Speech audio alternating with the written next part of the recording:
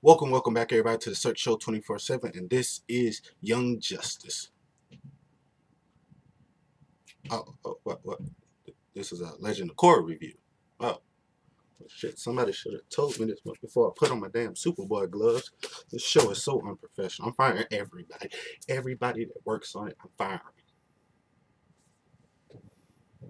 Make no damn sense.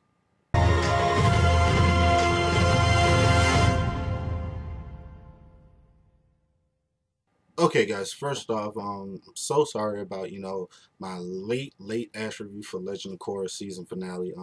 As you know, I was on vacation, went to Disneyland, went to Vegas and stuff, and when I got back, I tried to watch Legend of Korra, I missed it, and I tried to wait for Direct TV to have the video on demand stuff because usually it's supposed to be like the day after it airs, but they just put it on video demand like yesterday, so I just got done watching it, so we're going to talk about mine. I apologize. I'm sorry.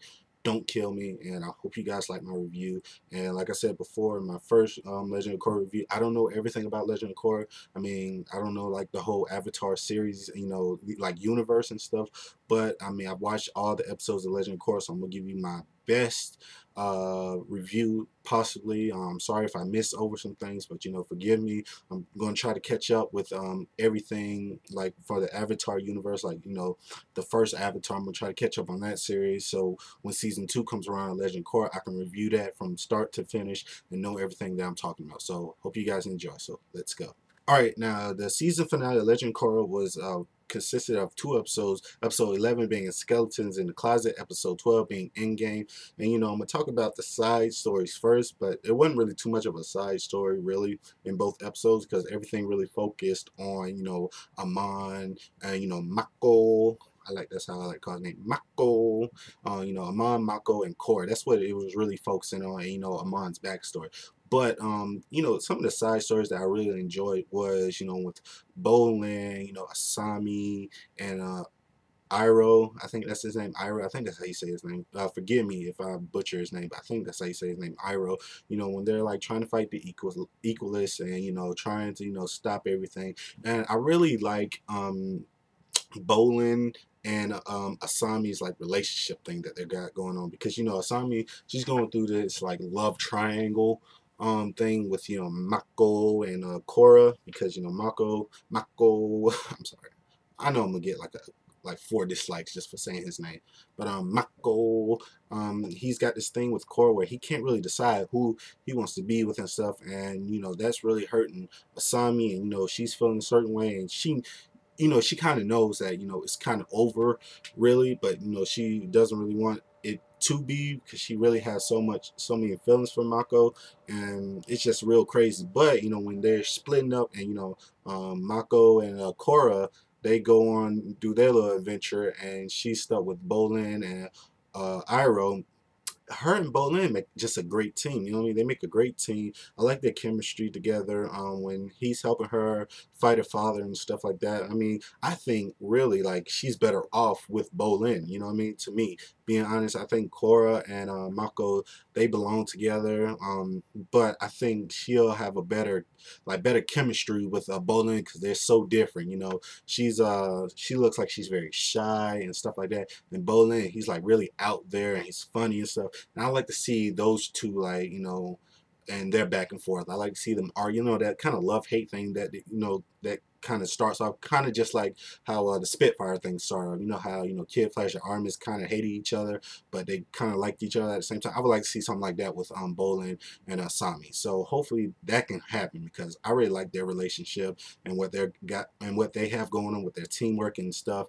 So that's what I would like to see. So hopefully that will happen like next season. So that's what I really like. Another, side story, but it really ties into, the main story, is when you find out that Turlock is the brother of Amon, and that whole like storyline when it was just talking about Turlock and Amon's like history and their backstory, and how they became how they are now. It was just very powerful, and that's what really got to me in these last two episodes. Just their whole history and their whole like origin stories of Turlock and Amon was just so great, so rich, so powerful that that's what I took out from the season finale. That's what I remember most, and that's what I enjoy. Like really, I didn't even need a Korra episode. I could have just did a whole episode with just Amon and just his backstory, and I would have been just fine with that, because I think they crammed so much into just so little of a time that I was like, man, I wish I could just talk about that a little bit more, because I would really like to really get to know like that character, because that character, like when he was younger, and him and Turlock, they just seemed like they had so much story that could have been just shot out from the writers. But I understand that this is a Legend of Korra show, so we have to get on with the story and talk about Korra. So I understood that. But like I said, just the origin stories of Amon, and his father, and how his father changed his face, and his father was like this gangster, and he broke out of prison and stuff, and he wanted to train his sons to defeat the Avatar to get revenge, and how the father like really didn't like Turlock that much, and he thought so much of Amon, and then you saw how Amon was kind of quiet and kind of took up for his brother, but when he got older, he just changed a little bit, to one day he kind of finally snapped and stuff. So I really enjoyed that a lot, and I just thought it was so good to see and watch. So just great job from the writers. I really do appreciate like good storytelling like that, so good job. All right, now that Mako and Korra, they find out the truth from Turlock, that Amon is like, he's just this faker. He's a bloodbender, he's a waterbender too, and he's just doing all this stuff out of hate and stuff. They want to expose him, and the way they do this is they want to expose him where everybody can see him. So they go to one of his little rallies and they try to expose him, but it kind of bites him in the ass, because he ends up showing his face. He ends up like, yo, this is true, I got burned for real and stuff, and I don't really have powers and shit like that. So it kind of bites Korra and Maka in the ass for a second. I'm like, well, damn, did Turlock just lie to them and just give them false information to make Korra look bad, since she's the Avatar or whatever? So I was kind of worried at first, but then you see that he was telling the truth, and Amon is just batshit crazy. He's crazy as hell. Like, he does it with the blood bending. He's got people like this. He like uses the force, and he's got like Korra and Mako, and Mako's like, oh shit, god damn it, that hurts. And I was like, God, this guy is just dangerous. And then he killed one of his own men because they found out the truth, and he just killed that guy. And that guy was like, God damn it, I didn't want to do this. And so I was like, God, this guy is just crazy. So he just seems, he was just such a great villain. Like in this episode, you just saw like the bad in him. I was like, this guy is bad ass and just evil as hell. So I really enjoyed that for some reason. That the way like the artists and the writers and just the story and just how they presented Amon, just how vicious he really is and how dangerous he is. And it just took me by surprise that this is a cartoon, but he's like killing people and just torturing them so bad. And it was amazing to me. I don't know why, but it was just amazing. It really got real serious like once Amon start like taking powers away. Once he took Korra's powers away, you really felt for her. He was like, oh shit just got real. You know what I mean? He was like, shit got real, and it got real fast. And I don't think it's gonna calm down anytime soon, because shit gets real, and when shit gets real, it stays real. And it really stays real. So you really felt for Korra, and you thought like this was the end of Korra. Like there's no way in hell she can get out of this situation. But she ends up getting out of the situation. She ends up getting her airbending powers to get her out the situation, and she ends up like escaping or whatever from Amon, or Amon ends up escaping. So but you know, she doesn't have all the power. She's got one of them, but she doesn't have the rest of them. So she's kind of down on herself. You feel for her. You really do feel for her because you know she worked hard to get to where she is, and she only had one more to go to become the complete, you know, avatar. And now she's backtracking now because now she can't. She can't get them back. So I was like, damn, man, that sucks.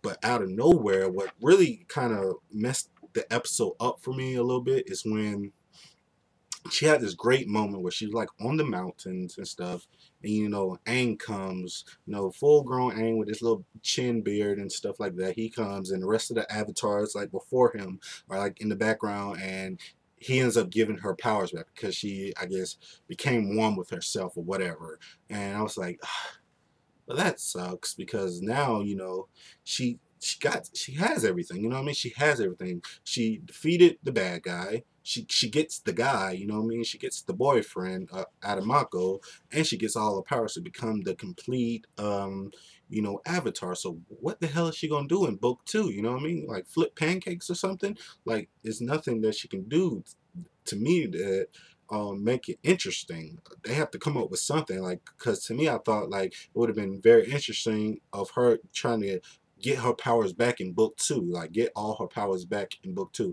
That would have been interesting for me to watch and witness. It's her trying to get on this journey and trying to find some way to get all her powers back, you know, dealing with the fact that she doesn't have them all and she's not the strongest person anymore.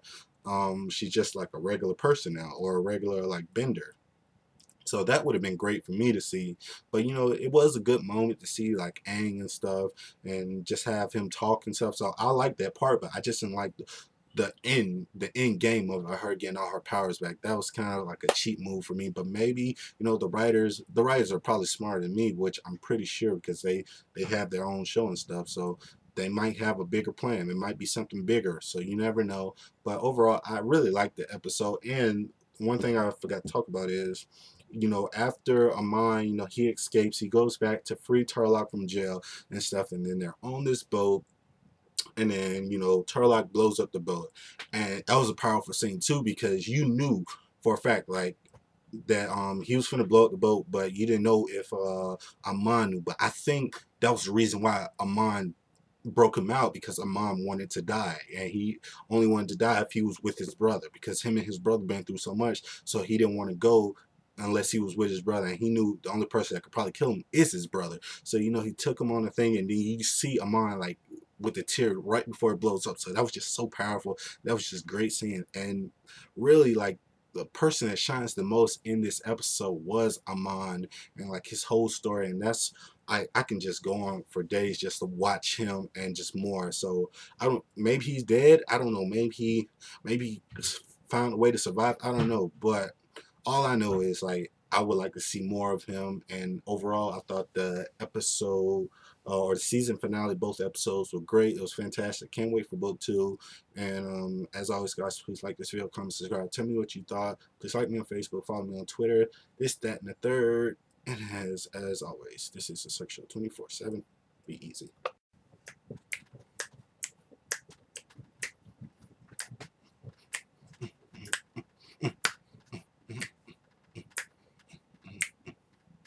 Taco, taco with Marco.